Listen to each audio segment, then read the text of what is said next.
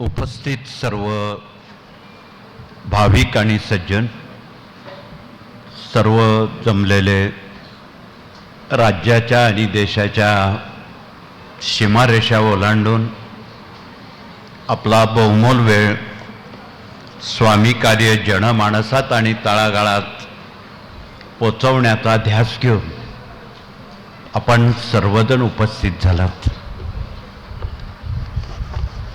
गेल्या काही तासांपासून आपण या पीठामध्ये हजेरी लावत आहात. आज अनेक विषय आहेत. आगामी येणारा गुरुपौर्णिमा सोहळा आहे. अनेक प्रकारची अभियानं जनमानसापर्यंत हे स्वामी कार्य त्या निमित्तानं आपणाला पोचवण्याला एक नामी संधी आपणाला मिळणार आहे. या सर्व संधीचा कृपया आपण फायदा घ्यावा हे कळकळीचं आवाहन. या कार्याचं व्यापकता विशालता जवळपास 7 समुद्रापलीकडे पोचलेली आहे आणि जगामध्ये तमाम मानवजात सुखाचा शोध घेण्यासाठी अन्य उपाययोजना करत आहेत. हा विधी केल्यानं आपल्याला सुख मिळेल का, आपल्या समस्या निवारण होतील का, अजून काही केलं पाहिजे का, या साऱ्या विचारामध्ये अनेक कुटुंब, अनेक व्यक्ती सातत्यानं मार्ग काढत असतात.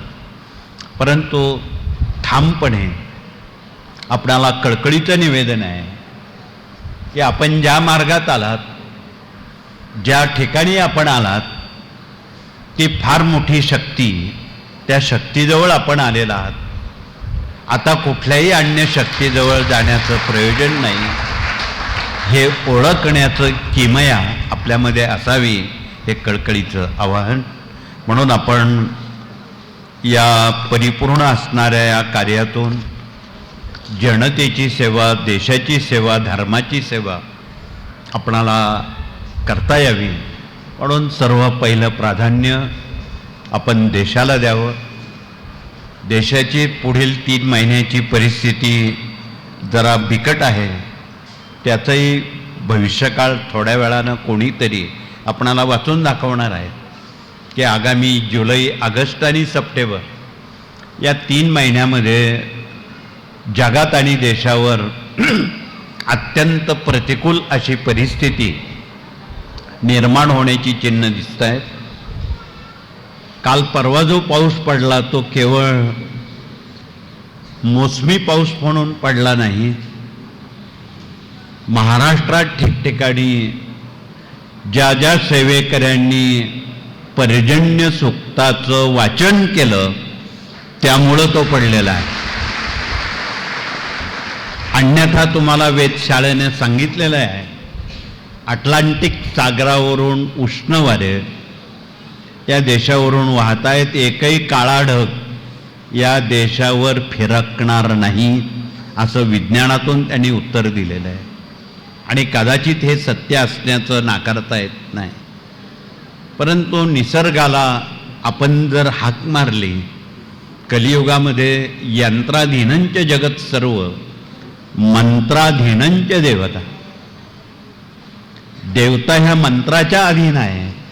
म्हणून इथे जमलेले, घरी असलेले आपण सर्वजणांनी पर्जन्य सूक्ताचं जर वाचन केलं तर पावसाला यावं लागेल. ते शास्त्र सगळं विज्ञान बाजूला पैकी आज या ठिकाणी संभाजीनगर आणि रत्नागिरी इथे सेवेकरी आलेले आहेत. त्यांनी जागेवर उभं राहावं आणि सर्वप्रथम पाऊस या देशात मुबलक व्हावा त्यासाठी त्यांनी वेताची पानं आणलेली आहेत, ती आणून दाखवावी आणि ज्यांना ज्यांना हवी आहे त्यांना त्यांना त्याचं वाटप करावं. ही वेताची पानं आहेत. आमच्या मारुती मामांनी रत्नागिरीहून आणलेली आहेत, मोठ्या प्रमाणात आणलेली आहेत. ती कशी वापरायची ते आपणाला माहीत आहे की त्याचं छोट्यात छोटी पानं 1-1, 1.5 इंचाची केली तरी चालतील कात्रेडं कापून, आणि ते तुपात बुडवून स्वाहाकारात वापरले पावसाला यावं लागतं. म्हणून आपणाला या वेताच्या पानाचंही आपण गेली अनेक वर्ष याचं प्रात्यक्षिक घेतलेलं आहे. मागील वर्षी मे महिन्यापासून 15 मे पासून पाऊस चालू झाल्यामुळं आपण त्या वेताच्या गावाला गेलोच नाही. कोणी सुद्धा विचारलं नाही की आम्हाला वेताची पानं हवी आहेत. म्हणून आता आपणाला वेताच्या पानापर्यंत का जावं लागतंय? यंत्राधीनंच जगत सर्व मंत्राधीनंच देवता या उक्तीप्रमाणे आपण सर्वजणांनी आपल्या वैयक्तिक आणि सामुदायिक स्तरावर सर्वप्रथम सगळ्या गोष्टी बाजूला ठेवून पर्जन्य सूक्ताचं वाचन करावं, हवन करावं. कुठलीही सबब कृपया सांगू नये. त्याला वेळेचं बंधन नाही.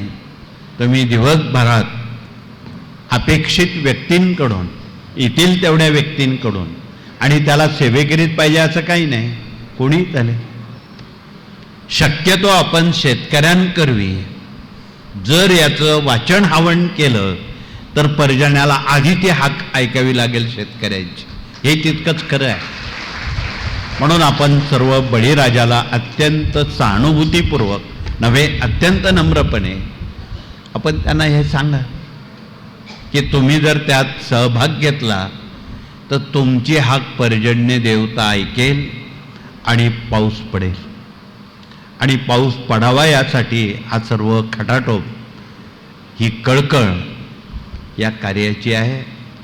अशी कळकळ अन्यत्र कोणी करत नाही. अनेक आध्यात्मिक कार्यात काम करणारी माणसं असतील, सामाजिक राजकीय क्षेत्रात काम करणारी माणसं असतील, पावसाला विनंती करतात का? फक्त सेवेकरी आणि परिवार पावसाला विनंती करून बळीराजाचं भलं व्हावं ही संकल्पना भारतातल्या तमाम सेवेकऱ्यांची. म्हणून आपण आज पर्जन्य देवतेला विनंती सन्मान करून पाऊस पडावा, शेती चांगली पिकावी. हा देश कृषी प्रधान आहे. आता तो नोकरी प्रधान दिशेनं वाटचाल करतोय. हा भविष्यकाळ धोक्याची घंटा आहे. म्हणून हा देश कृषी प्रधानच असावा, नोकरी प्रधान नसावा. याचा अर्थ खूप मोठा भरलेला आहे. म्हणून गेल्या हजारो वर्षामध्ये शेतीच्या बाबतीत उत्तम शेती, मध्यम व्यापार, कनिष्ठ नोकरी, नोकरीला कनिष्ठ दर्जा आहे. पण दुर्दैवानं काय कली अंगात शिरलेला आहे उभयतांच्या, नोकरीशिवाय काही पानच हलत नाही. साधं मुलामुलींची लग्न करायची असतील तर शेतकऱ्यांच्या मुलांना कोणी मुली देत नाही. हा फार मोठा अवमान आहे बळीराजाचा. म्हणून आपण हे वाक्य पुन्हा एकदा आपल्या दैनंदिन बोलीभाषेत समाजशास्त्रात आणावं आणि बळीराजाचे प्रश्न आपण मार्गी लावण्यासाठी वाटेल ते आपण प्रयत्न करावेत, हे कळकळीचं आवाहन. आज आपल्यामध्ये कृषी प्रतिनिधी आले असतील. सर्वप्रथम त्यांनी राज्याच्या, देशाच्या बहुविध ठिकाणाहून कृषी अधिकारी आलेले आहेत, कृषी प्रतिनिधी आलेले आहेत. त्यांनी पुढे येऊन आपला परिचय द्यावा आणि गावोगावी अन्य काही कामं आपण नंतर करा, अन्य काही जे मेळावे असतील ते नंतर करा. या 4 महिन्यामध्ये आपल्याला कुठलेच कार्यक्रम करायचे नाहीत. करायचे जे आहे ते ग्रामविकास अभियानातून जनतेपर्यंत पोचायचं आहे. त्यात राज्यातले सर्व जिल्हा प्रतिनिधी, तालुका प्रतिनिधी, जिल्हा प्रतिनिधी, केंद्र प्रतिनिधी, ग्राम अभियानात काम करणारे जे सर्व भगिनींचं पुरुष प्रतिनिधी, या सर्व प्रतिनिधींनी वृक्ष लावा, मोक्ष मिळवा, पर्यावरण मदत करा, अशा वृक्षदिंड्या काढून जनजागृती आपणाला करायची आहे. आणि आपण असे वृक्ष लावावेत की जे अनंत उपकार या जीवसृष्टीचं मानवजातीवर करू शकतील. उदाहरणार्थ काही कॅन्सर बरा करण्याची सप्तरंगीची झाडं आहेत, ती जर आपण प्रत्येकानं एक एक लावली. आज आहारशास्त्र बिघडल्यामुळं घराघराच्या उंबरठ्यापर्यंत कॅन्सर पोचतोय आणि त्याला कायमचा आळा घालण्यासाठी आपण शेती करतानाच जर आपण अशी शेती करावी, आरोग्यदायक शेती करावी की आपलं जीवन निरोगी राहील.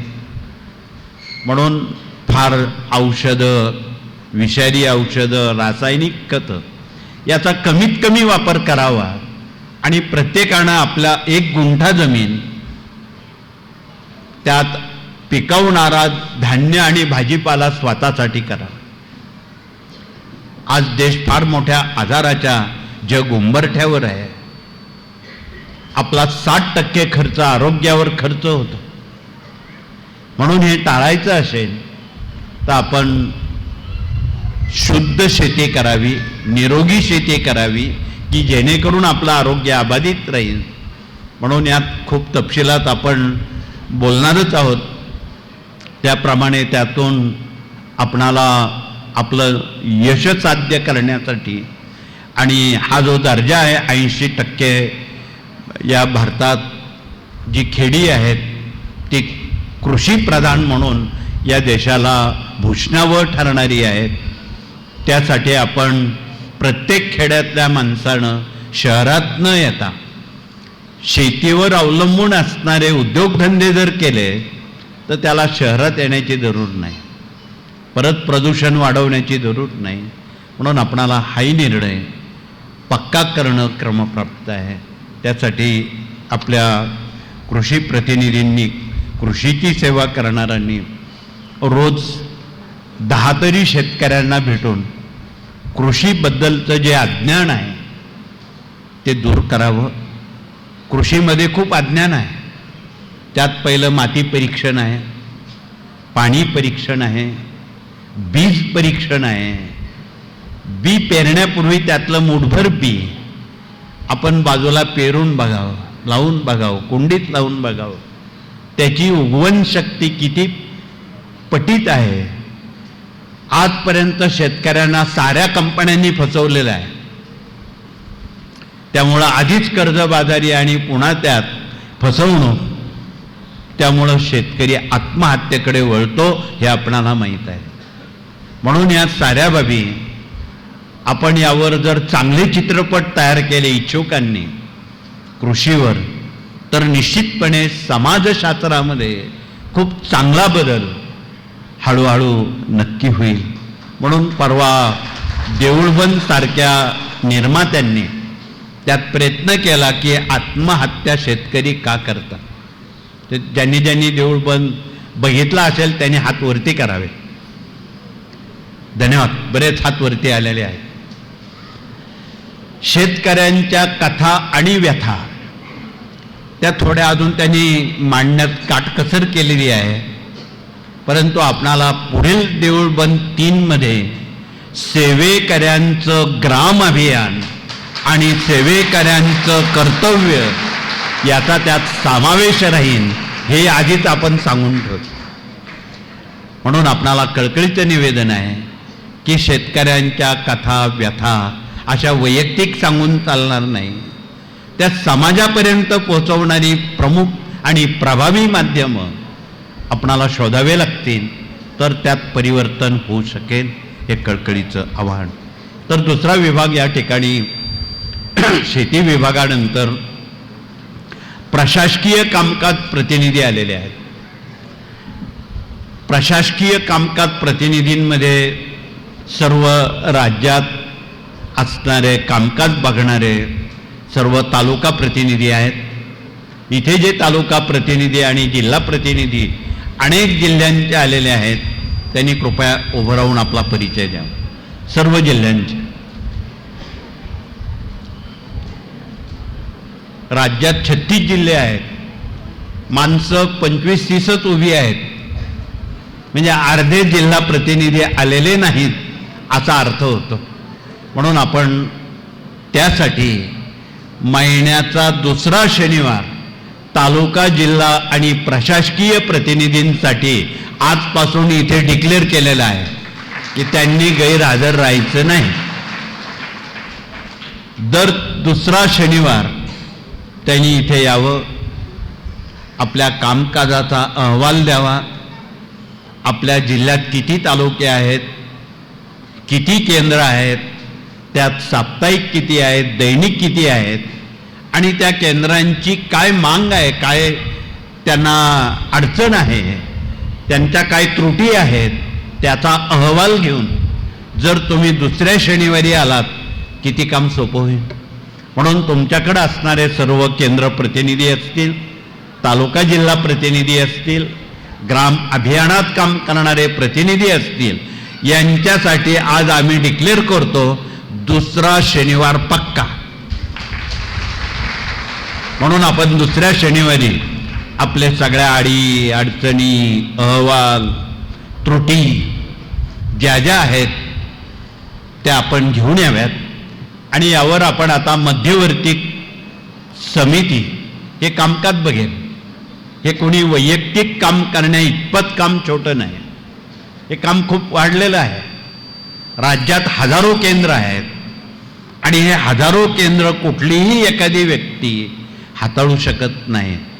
म्हणून राज्याच्या 36 जिल्ह्यासह भारतात असणाऱ्या अनेक राज्यात असणाऱ्या केंद्रांसह ती सर्व केंद्राचं कामकाज देशभरातलं ती समिती ती गठन केली जाईल आणि ती समिती त्या त्या ठिकाणी भेटी देतील, तुम्हाला विचारपूस करतील, तुमची काय अडचण आहे, तुमची काय शंका आहे, आम्ही तुमच्यासाठी काय करू शकतो. या सर्व बाबींचं आचाराविचारांची देवाणघेवाण करण्याला एक नामी संधी मध्यवर्ती समिती करणार आहे. म्हणून आपण त्या समिती गठन करत आहोत. आगामी या 8 दिवसाच्या आत ती समिती गठन केली जाईल आणि बरोबर दुसऱ्या शनिवारी हे सर्व संघटित कार्य एकसंघ मनानं, एकसंघपणानं आणि सर्वांना बरोबर घेऊन आपणाला ते करावंच लागणार आहे. त्यात कुठलेही आवड निवड हा प्रकार नसावा. ज्येष्ठ, कनिष्ठ, श्रेष्ठ, नीच, उच्च याला थारा देऊ नये हे कळकळीचं आव्हान. आणि नव्या लोकांना संधी द्यावी, काम करू द्यावं, आपण त्यांच्याकडून काम करून घ्यावं. अशी भावना जोपर्यंत आपल्यात निर्माण होणार नाही तोपर्यंत हे कार्य पुढे जाणार नाही. बऱ्याच काही व्यक्तिमत्वांना वाटतं की आमच्याशिवाय केंद्र चालूच नाही. अहो, पण आपल्यासारखी अनेक माणसं स्वामींकडे आहे हे आपल्याला कुठे ठाऊक आहे. आपल्यासारखी लाखो माणसं स्वामींकडे आहे हे आपण विसरून जातो. म्हणून आपल्यासारखे करीती तात्काळ नाही काळ वेळ तया लागे त्यांना स्वामी महाराज म्हणतात. म्हणून आपण दुसऱ्या शनिवारी हे सर्व प्रशासन, ग्राम अभियानाचं असेल, 18 विभागाचं असेल, या सर्वांचं कामकाज शीघ्रातिशीघ्र होण्यासाठी ही शीघ्र कृती समिती आपणाला निश्चितपणे त्यांचं कार्य जनतेपर्यंत पोचवण्याला एक संधी, आपण ज्या संधीची वाट बघत होता ती संधी आता दुसऱ्या शनिवारी आपणाला नक्कीच मिळेल. त्यामध्ये आपले सारे अहवाल आणायचे आहेत. ते माईकवर बोलण्यात खूप वेळ जातो आणि कुणाला मग बोलता येत नाही, मांडता येत नाही. त्याऐवजी आपण इथे एक सूचना पेटी ठेवू. ज्यांना ज्यांना केंद्राविषयी काही सूचना करायच्या असतील त्यांनी आपलं नाव, पत्ता, फोन, पूर्ण माहिती देऊन इथे केंद्रांना काही सूचनात्मक बाबी असतील त्यात सहानुभूतीपूर्वक तिथे टाकाव्यात, त्यात मांडाव्यात, अहवाल घेऊन यावेत. या सगळ्या प्रक्रिया आपणाला दुसऱ्या शनिवारी करण्याला एक नामी संधी या प्रत्येक विभागातून मिळणार आहे. प्रत्येक विभागाला आपल्याला विचारणा करण्याला एक नामी संधी आहे. म्हणून पुढचा विभाग इथे प्रश्न उत्तर प्रतिनिधी आलेले आहेत. त्या प्रश्न उत्तर प्रतिनिधींनी उभं राहून आपला परिचय द्यावा. आज जनतेमध्ये गंभीर समस्या आहेत. एवढ्या गंभीर समस्या आहेत की ती समस्या माणसाला कुठे घेऊन जाईल याचा भरोसा राहिलेला नाही. म्हणून आपणाला कळकळीचं निवेदन आहे, आपल्यामध्ये असं एक ऐक्य हवं की प्रश्न उत्तर करणाऱ्यांनी दिलेला जो उपक्रम आहे तो कुणाजवळही दाखवला तो असा सूर्यप्रकाशा इतका सत्य पाहिजे की तो सर्वांनी मान्य केला पाहिजे. म्हणून सामनेवाल्याजवळ किती वेळ आहे, तो किती सेवा करू शकतो, त्याची किती कुवत आहे, त्याच्या कुवतीनुसार त्याच्या प्रश्नांना आपण उत्तर द्यावी. सर्वसाधारण 1 तासापेक्षा जास्त त्याला अभ्यास देऊ नये. आपण ज्यावेळी बालवाडीत शाळेत जातो त्यावेळी 12वीचा अभ्यास त्याला पचणारा नसतो. म्हणून त्याच्या कुवतीनुसार ती स्वामींची सेवा द्यावी. कारण तो गृहस्थाश्रमी आहे, त्यालाही बाकीची कामं आहेत आणि फावल्या वेळात तो वेळ काढून ती स्वामींची सेवा करण्याला त्याला आपण संधी द्यायची आहे. या साऱ्या बाबी सहानुभूतीच्या आहे. म्हणून त्याला 1 तासापेक्षा जास्त सेवा कृपया आपण देऊ नका. म्हणून वेळोवेळी होणारी जी प्रशिक्षणं आहेत ती हेच सांगतात की क्लिष्ट उपक्रम देऊ नका. उपक्रमात जे उपक्रम आपण जे आजपर्यंत गेली 100 वर्षात देत आलो त्यात 3 अध्याय स्वामी चरित्र मनोभावे वाचावेत, 11 माळा स्वामींचा जप करावा, परान्न वर्ज करावं, 1 माळ गायत्री मंत्र करावा. एवढं जरी दिलं तरी त्याची सारी कामं होत. याला प्रशिक्षणाची गरजच काय. पण याचा अर्थ प्रशिक्षण घेऊ नका असं आम्ही म्हणणार नाही. ज्ञान मिळेल तिथून आपण मिळवत राहावं आणि हा मार्ग ज्ञानाची पानपोई आहे.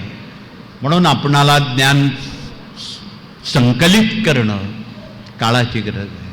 म्हणून आपण प्रश्न उत्तर विभागात काम करणाऱ्या भगिनी असतील, पुरुष प्रतिनिधी असतील, त्यांनी ज्ञान संकलित करावं आणि त्या ज्ञानाचा नेहमी ती ग्रंथांची पानं चाळावीत. आपला हिंदू धर्मग्रंथ आहे, क्षात्र धर्मग्रंथ आहे, ज्ञानदान 1 ते 4 आहेत.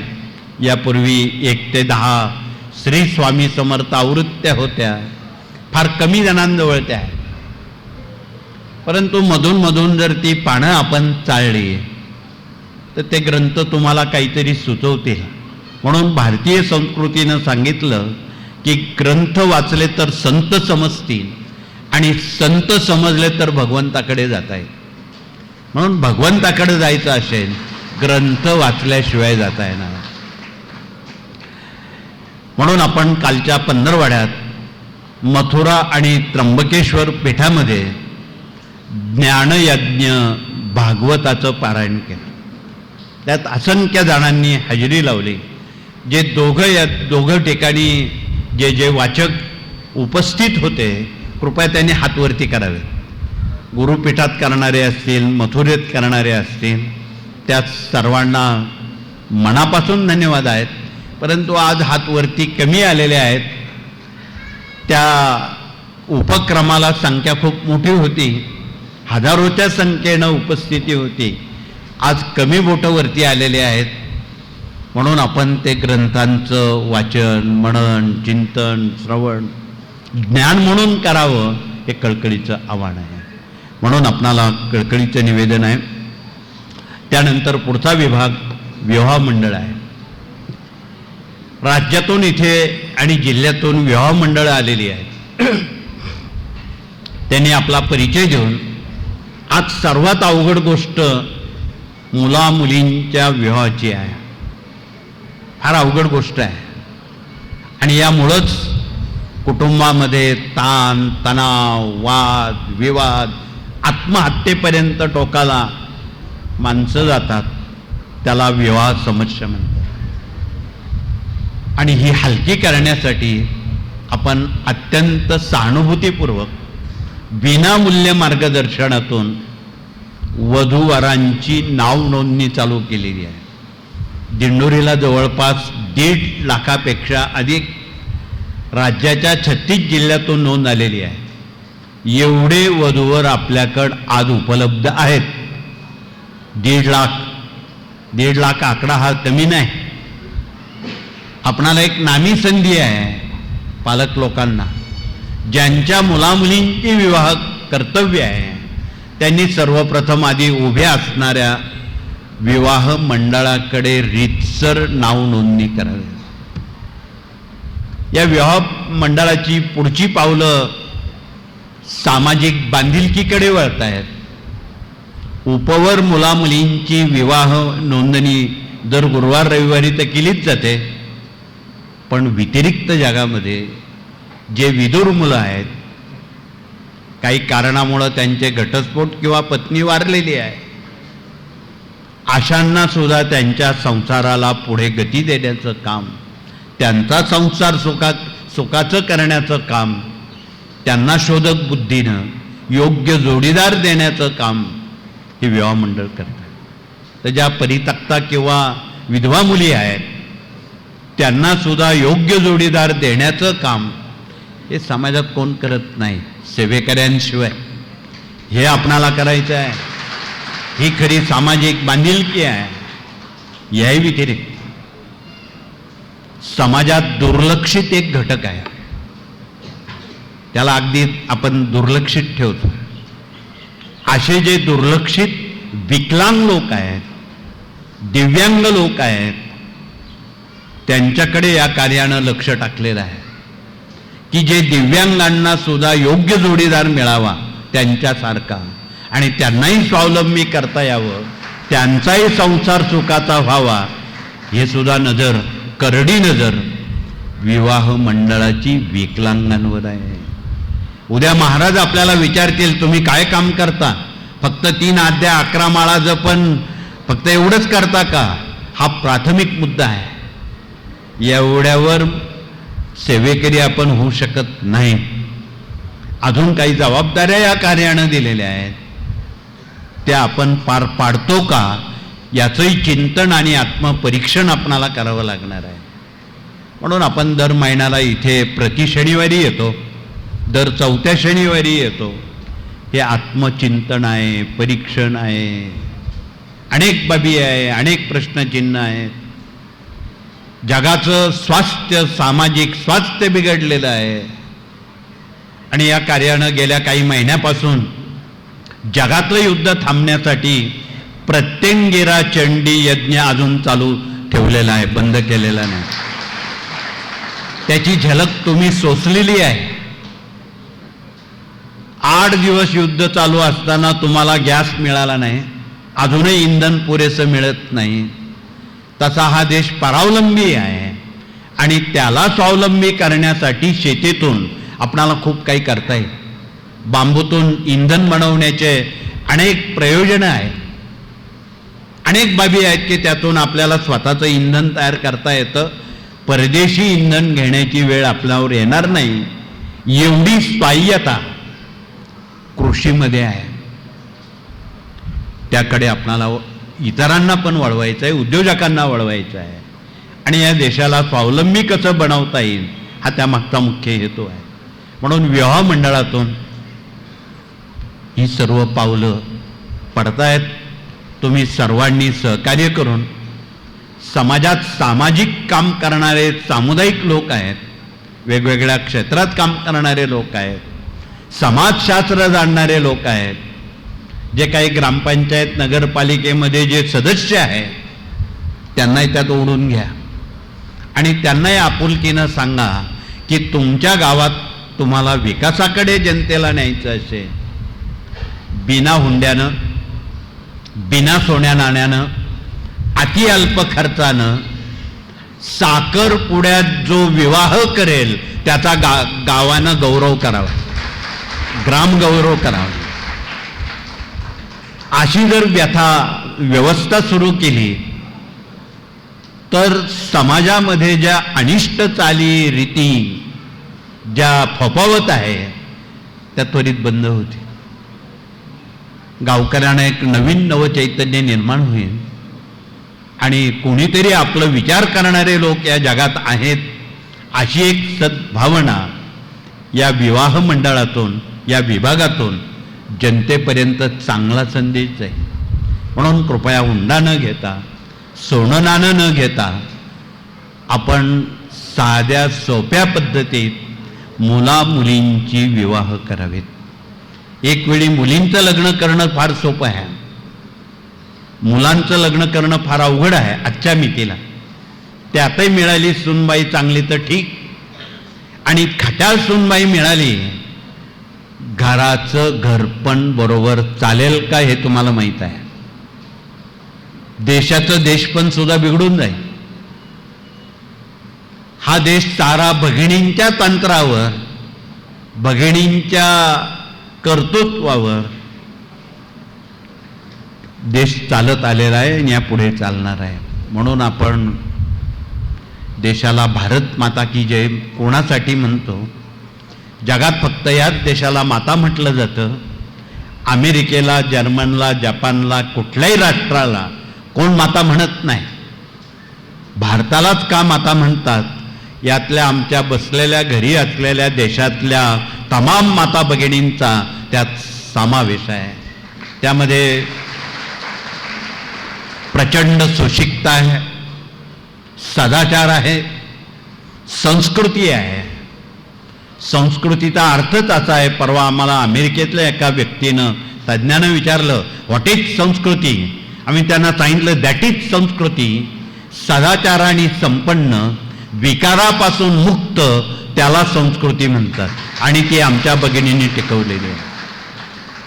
म्हणून आपणाला कळकळीचं निवेदन आहे की आपणाला या विवाह मंडळातून ही जी मूल्य आहेत ही नव्या पिढ्यांपर्यंत पोचवायची आहे. कारण हे शाळेत कोण शिकवणार नाही. उद्या कॉन्व्हेंटमध्ये शिकणारी मुलं आहेत, आई वडिलांखेरीज इतर नातं काही त्यांना माहीतच नाही. मावशी कोणाला म्हणावं, आत्या कोणाला म्हणावं, काका कोणाला म्हणावं, चुलते काके कोणाला म्हणावं, काही माहीत नाही. ही प्रचंड अवस्था आंधळ्या श्रद्धेकडे नेणारी आहे. म्हणून अत्यंत डोळस आणि पारदर्शकपणे ही भारतीय संस्कृती युवा पिढी किंवा तरुण पिढी किंवा नवी पिढी यांच्यापर्यंत नेताना ही नाती गोती, त्या क्षात्रधर्मात असणारं आपलं गोत्र आहे, देवी आहे, खंडोबा आहे, लग्न जमवताना सगोत्री विवाह करू नका. समजा ज्यांचं गोत्र आत्री आहे, इथे जाधव आडनावाचे लोक आहेत, त्यांचं गोत्र आत्री आहे, त्यांनी दुसऱ्या जाधवांशी जर लग्न केलं तर ते सगोत्री होतील, त्यांना अपत्य होणार नाही, रक्तगट भिन्न असला तरी. म्हणून भिन्न गोत्र असेल तर वंशवृद्धी होते. म्हणून हे प्राचीन कालापासून, लाखो वर्षापासून आणि गेल्या 400 वर्षापूर्वी शिवछत्रपती शिवराजांनी समाजशास्त्राचा खूप बारकाईनं अभ्यास केला. आणि आता तुमचा जो क्षात्रधर्म आहे त्याच्या परिशिष्टामध्ये भारत आणि महाराष्ट्र रहिवासी जे लोक आहेत त्यांचं कुळ काय आहे, त्यांचं गोत्र काय आहे, त्यांची देवी कोणती आहे, त्यांचा खंडोबा कोणता आहे, जे भाटांना माहीत नव्हतं ते शिवरायांना माहीत होतं. म्हणून तुम्ही भाटांवर सर्व अवलंबून राहू नका. शिवरायांनी जे दिलेलं आहे त्यावर आपण बारकाईनं लक्ष द्या आणि त्याप्रमाणे मुलामुलींची विवाह जमवताना गोत्र भिन्न असावं असा विचार करा. तरच पुढची पिढी सुव्यवस्थित होईल. हे विवाह मंडळातून जनतेपर्यंत सहानुभूतीपूर्वक आपणाला सांगावं लागणार आहे. पूर्वी अनेक मुलामुलींना पाहुणे बघायला यायचे, विषय गोत्राचा यायचे.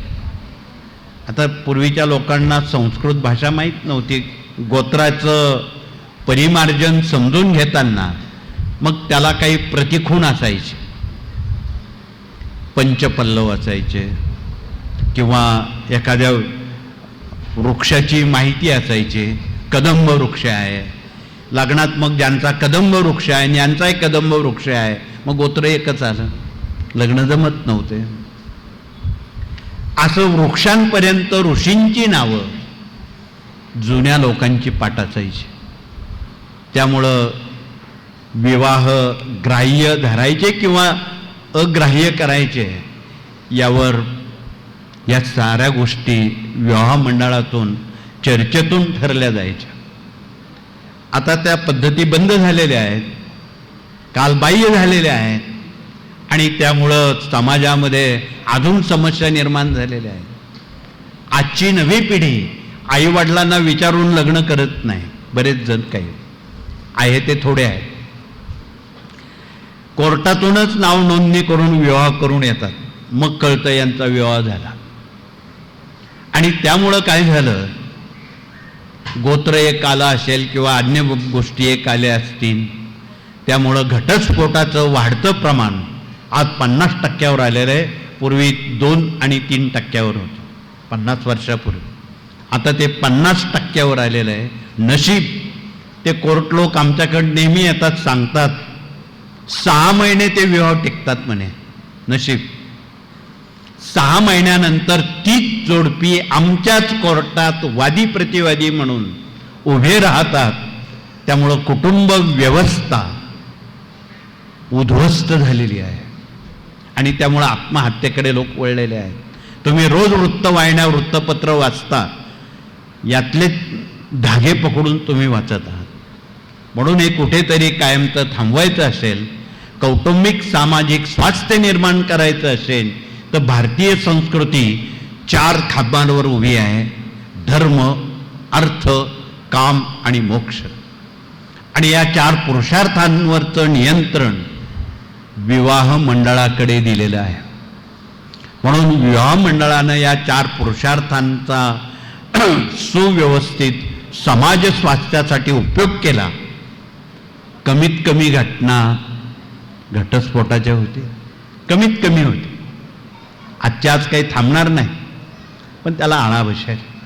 म्हणून आपणाला सामाजिक स्वास्थ्य लाभण्यासाठी, वैयक्तिक स्वास्थ्य लाभण्यासाठी सेवेकऱ्यांचं ग्राम अभियान हे जगामध्ये देशामध्ये किती उपयोगी आहे हे आपणाला वेगवेगळ्या माध्यमातून, चित्रपटासारख्या माध्यमातून जनतेपर्यंत त्याची सत्यता पडताळता येईल हे तितकंच खरं आहे. म्हणून आपणाला हे सारे विभाग जनतेपर्यंत योग्य पद्धतीत पोचवले पाहिजे. कोण कसं सांगेल, कोण कसं सांगेल, प्रत्येकाची भाषा बोली वेगवेगळी आहे. त्यात एक वाक्यता असावी, यासाठी अशी पात्र आपण निवडा की सामाजिक स्वास्थ्य त्यातून निर्माण होईल. म्हणून हे सांगण्याचं प्रयोजन आहे.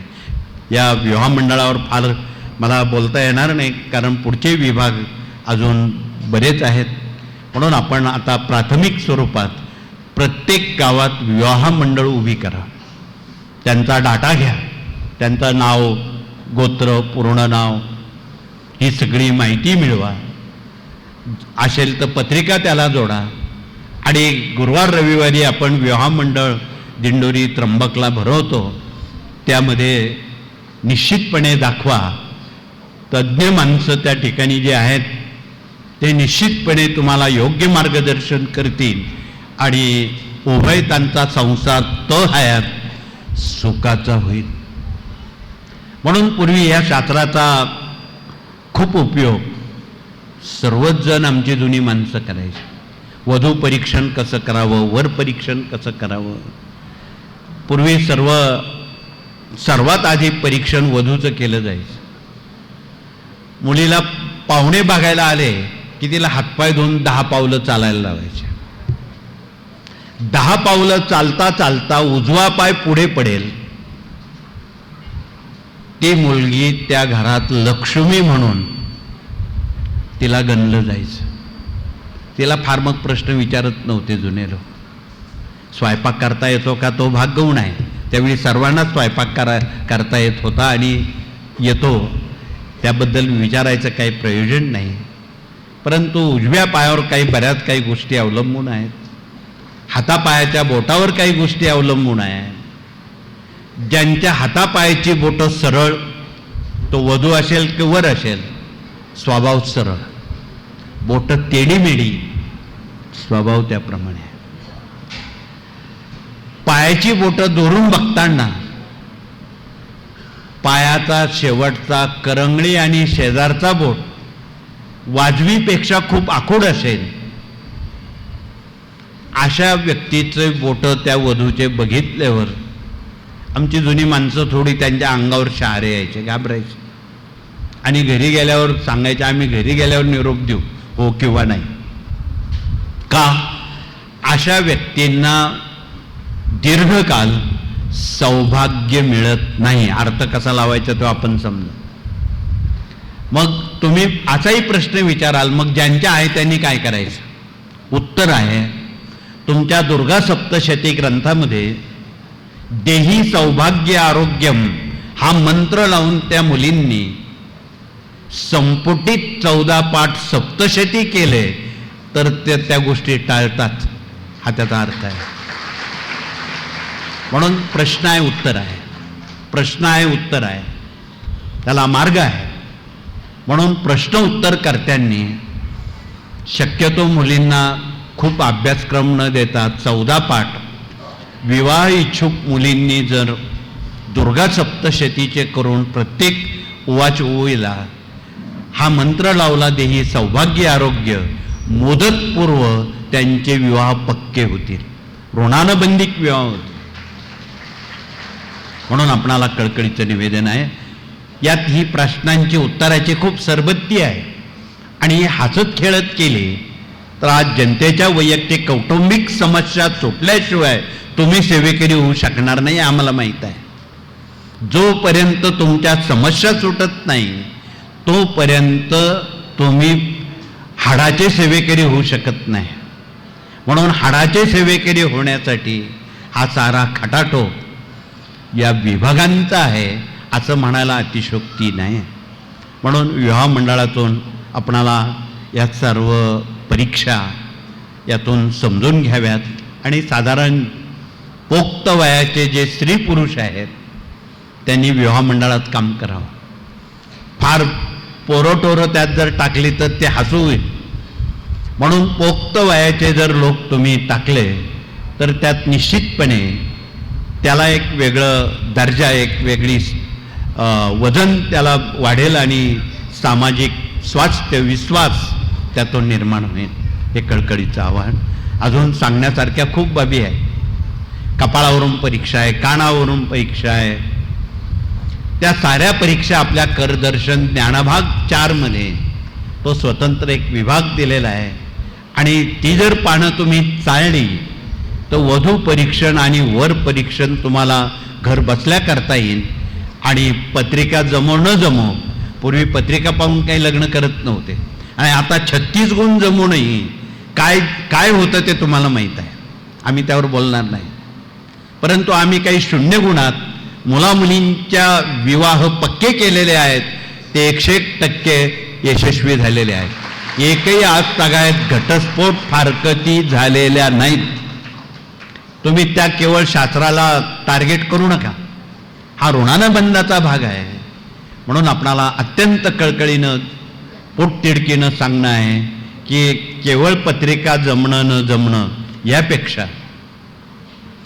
त्या कुटुंबात किती संस्कार कसे आहेत हा त्यातला महत्त्वाचा भाग आहे. असो, पुढचा विभाग या ठिकाणी आरोग्य संविधान घेऊन डॉक्टर लोक आलेले आहेत आणि आजच्या मितीला आपलं आरोग्य आपल्या हातात राहणं ही अत्यंत मौलिक बाब आहे आणि यासाठीच आपण गेल्या काही दशकांपासून सातत्यानं तो नारा वाजवतोय.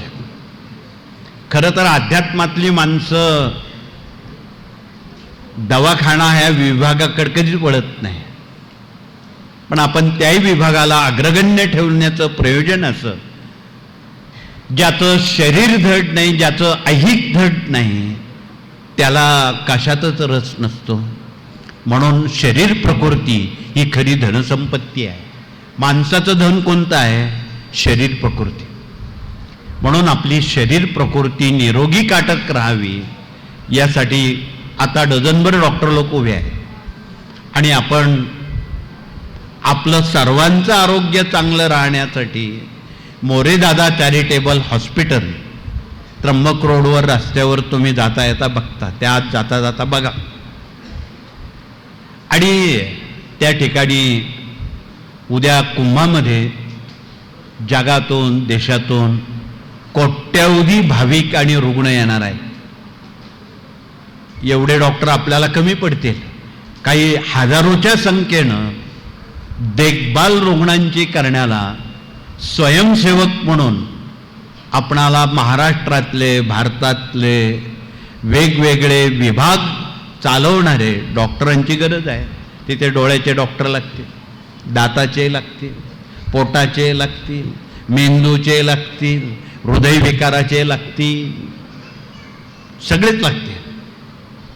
तिथे आयुर्वेद लागेल, तिथे ॲलोपॅथिक लागेल, तिथे इलेक्ट्रिक पॅथी लागेल, होमिओपॅथी लागेल, सगळ्या पॅथ्या लागतील. या सगळ्या पॅथ्यांच्या डॉक्टरांना एक तगडं आव्हान राज्याच्या देशाच्या वतीनं केलेलं आहे की तुमचा स्वतःचा वेळ, थोडासा वेळ, महिन्यातला काही वेळ रुग्णांसाठी द्या.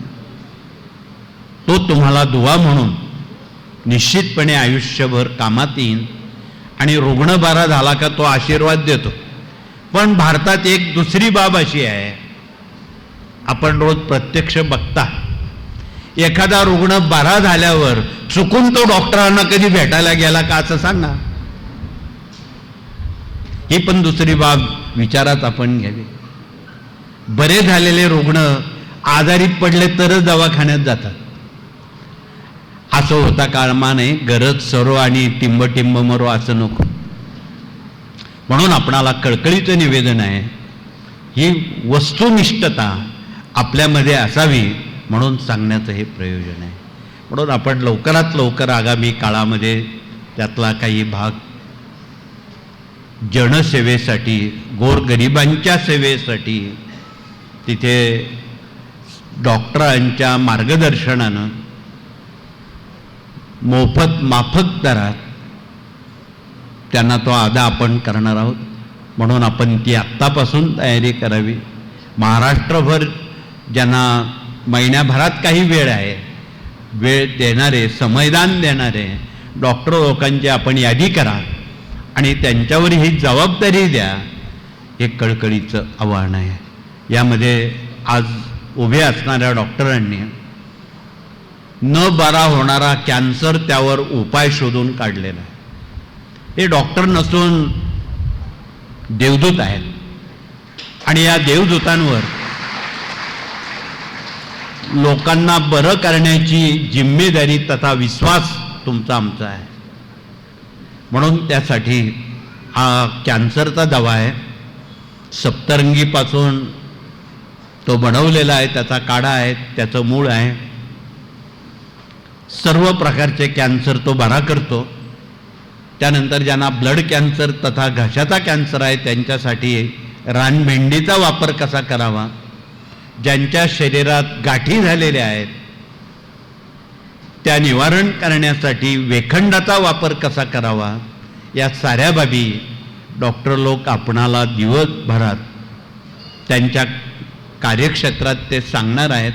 म्हणून इथे जे काही नवीन रुग्ण आलेले असतील किंवा ज्यांचे नातलग आलेले असतील त्यांनी सर्वप्रथम मधल्या वेळेत आमच्या डॉक्टरांना भेटा आणि त्या आजाराची खातरजमा करून तो दवा घेऊन जा. तुमचं आरोग्य चांगलं हे आमचं समाधान आहे. म्हणून ही कळकळीची बाब. अध्यात्मामध्ये हे सगळे विषय कुणी घेत नाही. अध्यात्मामध्ये अनेक सत्य परिस्थिती सांगितली. कुणी रामायणावर बोलतं, महाभारतावर बोलतं, कुणी शिवपुराणावर बोलतं, अन्य पुराणांवर बोलतं. परंतु कॅन्सर रुग्ण आहे त्यांनी रामायण महाभारत पुराण ऐकलं तो बरा होईल का? कानाला गोड लागेल, बरा होणार नाही. यावर आमच्या गोस्वामी तुळशीदासांनी यावर एक श्लोक लिहिलेला आहे. रागी बागी जोगी, नाड़ी और न्याय, इस पंचम को गुरु है लेकिन उपजत अंग स्वभाव. या 5 बाबी ज्यांनी तेजोनिधी ग्रंथ वाचलेला आहे त्यांना एका मिनिटात कळेल. इथे बसलेल्या वाचकांनी ज्यांनी तेजोनिधी वाचलेला आहे त्यांनी हातवरती करावेत. थोडेसे हात 50% वरती आलेत. वाचल्यानं वाचाल. आपण वाचन शक्ती, उद्यम शक्ती, चिंतन शक्ती वाचल्याशिवाय होणार नाही. म्हणून ग्रंथ वाचले तर संत समजतील आणि संत समजले तर भगवंताकडे जात आहे, ही म्हण आहे. म्हणून आपण डॉक्टरांकरवी अथत इथे जेवढे आजार आहेत त्याची शहानिशा करण्याला आपणाला एक नामी संधी आहे. आणि याही पलीकडे इथे जेवढ्या भगिनी आणि घरी भगिनी आहेत त्यांनी स्वतः मसाल्याच्या डब्यात खूप दवा आहे, डझनभर औषधं त्यात दिलेली आहे. त्याचा विचार करा, त्याचा अभ्यास करा. त्यामध्ये जिरं काय काम करतं. ज्यांना हृदयविकाराचा त्रास आहे त्यांनी 1 ग्रॅम जिरं विड्याच्या पानात चावून खाल्लं, रक्तातल्या कमी झालेल्या पेशी पूर्वपदावर येतात, प्लेटलेट वाढतात, रक्त अभिसरण चांगलं होतं. कुठल्याही ॲलोपॅथिक गोळ्या खाण्याची वेळ तुमच्यावर येणार नाही. हिमोग्लोबिन त्यानं वाढतं. मिरं आहे, व्यसनं बंद करण्यासाठी त्याचा काढा करून व्यसनाधीन लोकांना दिला, महिन्याभरात व्यसनं बंद होतात. त्याला मिरा म्हणतात. दालचिन आहे, तेजपान आहे, हळद आहे, असे खूप औषधं, आम्ही त्यांना औषधं म्हणतो. तुम्ही त्याला स्वयंपाकातलं साहित्य म्हणू नका, ती औषधं आहेत. आणि त्या औषधांचा आजही वापर आपण यशस्वी करू शकाल. हळद आहे, सर्व गुण संपन्न हळद आहे. पूर्वी कोणाला ठेच लागली, जखम झाली, पटकन हळद लावली, 2 ते 3 दिवसात जखम आजही बरी होती, आजही बरी होती. एवढे हळदीमध्ये गुण आहेत. साधं तुम्हाला लग्न लावायचं असेल, हळद लागल्याशिवाय लग्न लागत नाही. म्हणून हळदीमध्ये एवढी शास्त्र, एवढे गुण भरलेले आहेत की त्या हळदीचा उपयोग आपण करणं शिकणं.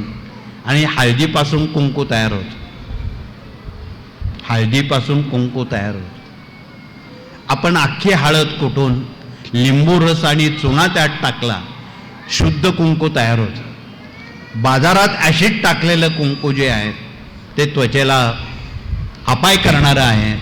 म्हणून आपणाला कळकळीचं निवेदन आहे की घरचे घरी तुम्ही कुंकू तयार करा. आणि भगिनींनी कुंकुमार्चन हा विधी आठवड्यातून, महिन्यातून, जेव्हा जेव्हा तुम्हाला वेळ मिळेल त्यावेळी अवश्य करा. अधिक विषयांतर न करता आपण पुढच्या विषयाकडे वळताना पुढचा विभाग, या ठिकाणी वास्तुतज्ञ प्रतिनिधी आलेले आहेत, त्यांनी आपला परिचय द्यावा. म्हणून डॉक्टरांकडं अगदी आहारशास्त्रापासून तर असाध्य आजार बरे करण्यापर्यंत एवढा दवा तुमच्या मसाल्याच्या डब्यात, स्वयंपाकाच्या शास्त्रात आहे. तपशिलात बोललं तर खूप वेळ लागेल, म्हणून याकडे आपण दुर्लक्ष करू नका. शनिवार रविवार आला की उच्चभ्रू लोक घरात स्वयंपाकच करत नाही. कुठे जातात तुम्हाला माहीत आहे, आणि काय खातात ते माहीत आहे, आणि खाल्ल्यामुळं काय होतं ते माहीत आहे. तुमची घरची भाकरी, चटणी भाकरी ती 5 स्टारच्या अन्नापेक्षा चांगली आहे. म्हणून आमचे पूर्वी दिल्लीला जाणारे अनेक राजकीय लोक, मी काही नाव घेऊन सांगतो, नेहरूंच्या मंत्रिमंडळात आमचे विठ्ठलराव विखे पाटील होते. दर महिन्याला, आठवड्याला दिल्लीला त्या ट्रेननं जाताना त्या कोपरीच्या खिशामध्ये, पांढऱ्या धोतराच्या फडक्यामध्ये तव्यावरचं पिठलं, ठेचा आणि ज्वारीच्या भाकरी असायच्या. 8 दिवस पुरवायच्या. ते एक दिवस नेहरूंना कळलं, हे कधीच हॉटेलमध्ये जात नाही. त्यांना बोलून घेतलं, विठ्ठलराव इकडे या म्हणे. त्यांच्या खिशांची झडती घेतली आणि त्या साऱ्या भाकरीस त्यांच्याकडून स्वतः घेतल्या. त्या मी खाणार आहे म्हणे, माझं जेवण तुम्ही जेवा म्हणे.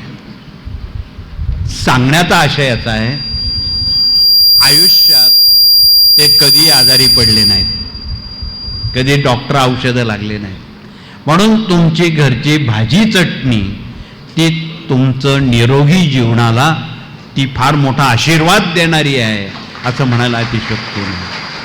म्हणून हल्ली जे नॉन किचनवाले आलेत त्यांना हे उत्तर आहे की तुम्ही घरी भाजी भाकरीचाच स्वयंपाक करा, हॉटेलचं अन्न टाळा. कारणाशिवाय आपण ज्यावेळी प्रवास करू तो भाग वेगळा आहे, पण तरी सोबत आपली शिदोरी असली तर अनेक प्रसंग टळतात. हे वास्तव नाकारता येत आहे. यावर तपशिलात बोलणं बरं नाही. सरकारनं आता खूप मोहीम सुरू केलेली आहे. भेसळ आणि प्रतिबंधक कायदा आता अंमलात आलेला आहे. साऱ्या हॉटेलांचे धाबे दणाणलेले आहे. त्याचे कारण मीमांसा तुम्हाला माहीत आहे, तपशिलात आम्ही बोलणार नाही. म्हणजे पुन्हा जग मूळ मुद्द्यावर वळणार आहे, पुन्हा पूर्व परिस्थितीकडे आपल्याला वळावं लागणार आहे असं चित्र दिसतंय. असं वास्तुतज्ञ प्रतिनिधी वास्तूचं वास्तूपण राखण्यासाठी काही उपाययोजना ते आणलेल्या आहेत. घराची उगत तोडफोड करू नका. तोडफोड केल्यानं तुम्हाला समाधान मिळणार नाही. तुम्ही ज्या जागेत बसलेले आहात ही जागा वास्तूप्रमाणे नव्हती, ती करावी लागली. सन 1/11/92 या जागेचं भूमिपूजन झालं आणि 100% चुकीच्या वास्तूप्रमाणे असणारी ही जागा होती. 100%, 1% सुद्धा त्यात जमेची बाजू नव्हती. सुमारे 7 ते 8 वर्ष खूप मेहनत, डोंगर पोखरून उंदीर काढण्यासारखी अवस्था व्हायची. पण जसं जसं या जागेनं वास्तुशास्त्र शिकवलं तशी तशी प्रगती दिसायला लागली आणि मग जनतेपर्यंत या जागेनं वास्तुशास्त्र शिकवलं. आज आपल्या मार्गाच्या ग्रंथांचा कॉपीराईट अनेक व्यावसायिक लोक करतात हे तुम्हाला माहीत आहे. तुमचं ज्ञान तुम्हाला पाचताय आणि तुम्ही कोरडे राहताय, असं होता कामा नये. म्हणून या जागेनं जे वास्तू शिकवलेलं आहे, शास्त्र शिकवलेलं आहे, ते तुम्ही आचरणात आणा, त्याचा उपयोग करा. ते बिनाखर्चिक आहे. आणि हे बिनाखर्चिक शास्त्र काय होतं, एखाद्या डॉक्टरनं मोफत औषधं दिली तर त्याची किंमत केली जाते आणि जो लाखो रुपये फी घेतो, नाही तो फार हुशार डॉक्टर आहे, अशी जी वल्गना कलियुगात आज केली जाते ती साप चुकीची आहे. म्हणून आपण या साऱ्या बाबी अत्यंत परखडपणे आणि सडेतोडपणे जनतेला, गरिबांना तुमच्याशिवाय कोणी वाली नाही. मोठे लोक कुठेही जातील, सामान्य लोकांनी काय करायचं? किचन ओट्याला काळा दगड लावलेला मग तो तोडायचा का? तथापि इथे बसलेल्या भगिनींच्या किचनला काळा दगड असेल, कडप्पा असेल, त्याने हात वरती करावा म्हणजे आपल्याला त्यावर उपाय करता येईल. बरेच हात वरती आले. इथे उभे असणारे सारे वास्तुतज्ञ लोक तुम्हाला एक सोपं सोल्युशन देते. पांढरा रंग किंवा पिवळा रंग, त्या ओट्याला रंग दिला ऑइल पेंट, तुमची 7.5 दुखणी कर्जबाजारीपणा संपला असं म्हणायला हरकत नाही. त्या रंगात तेवढी ऊर्जा आहे किंवा त्यात तेवढी शक्ती आहे. म्हणून तुम्ही घराला रंग देताना कुठला रंग द्यावा? 2च रंग द्यावेत, हा एक पिवळा आणि पांढरा. अन्य जे रंग आहेत त्या चुकीच्या दिशा असतील तर त्यांना दुरुस्त करण्यासाठी ते रंग दिले जातात. म्हणून आपणाला कळकळीचं निवेदन आहे की हा जो आयवरी फिक्कट पिवळा जो कलर आहे तो सर्वांना मान्य आहे. मंदिर असेल, ऑफिस असेल, स्वतःचं घर असेल, या सर्वांना चालणारा रंग तो आहे. पांढरा रंग सर्वांना चालणार आहे. म्हणून आपणाला कळकळीचं निवेदन आहे की यात किंतु परंतु शंका उपशंका याला थारा ठेवलेला नाही. आणि या अत्यंत जीवनातल्या महत्त्वाच्या बाबी आहेत. जोपर्यंत तुम्हाला वास्तूत समाधान मिळत नाही तुम्ही जनतेचं काय समाधान करणार, हा पहिला मुद्दा आहे. आणि इथे आज मोठ्या प्रमाणात श्रीमंत लोक आलेले आहेत.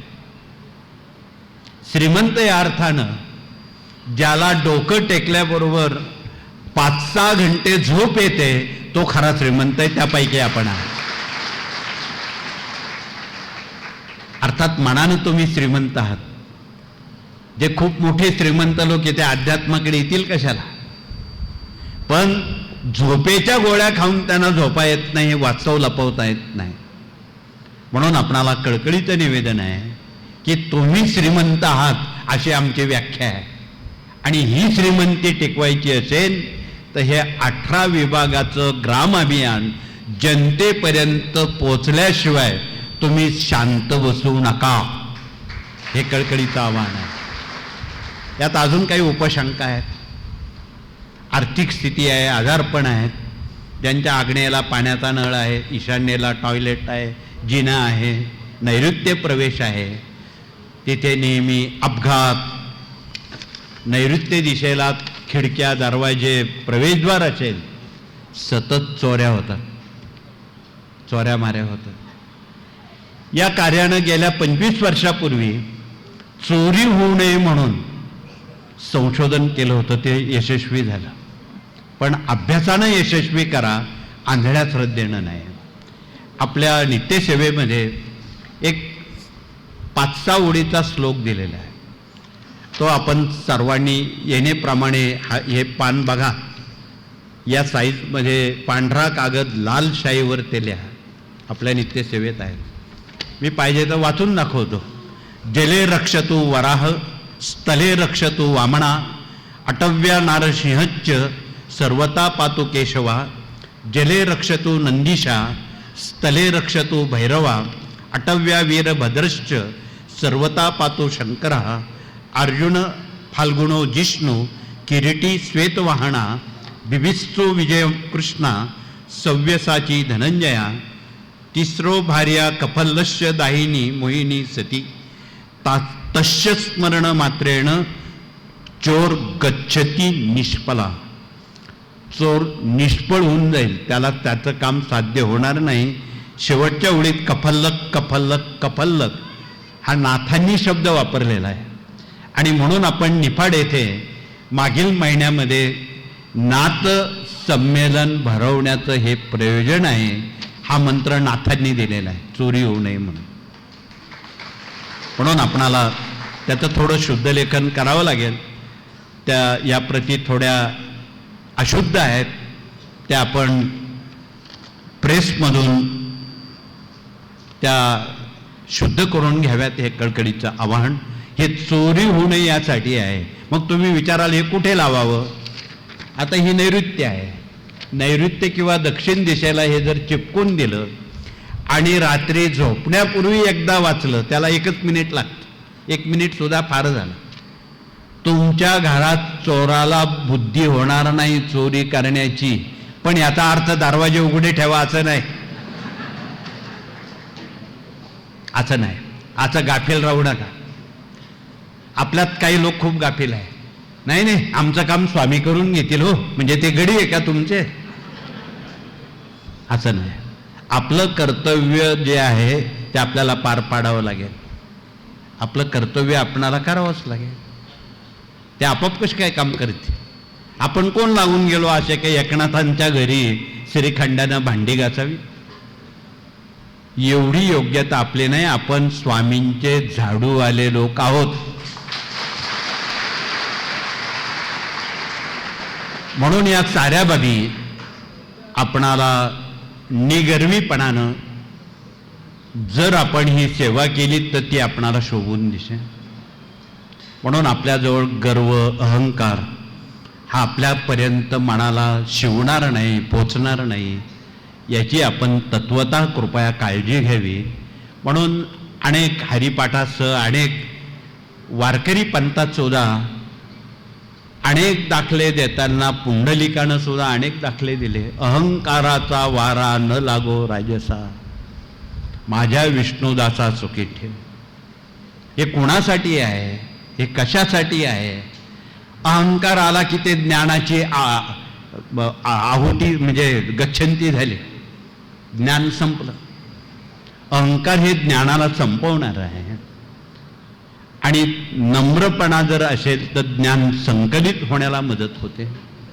म्हणून त्या दृष्टीनं आपण या सर्व विभागाचं समालोचन, त्यात वास्तुशास्त्र असेल, अन्य शास्त्र असतील, यातून आपण कृपया समजून घेण्याचं करावं, हे कळकळीचं आवाहन.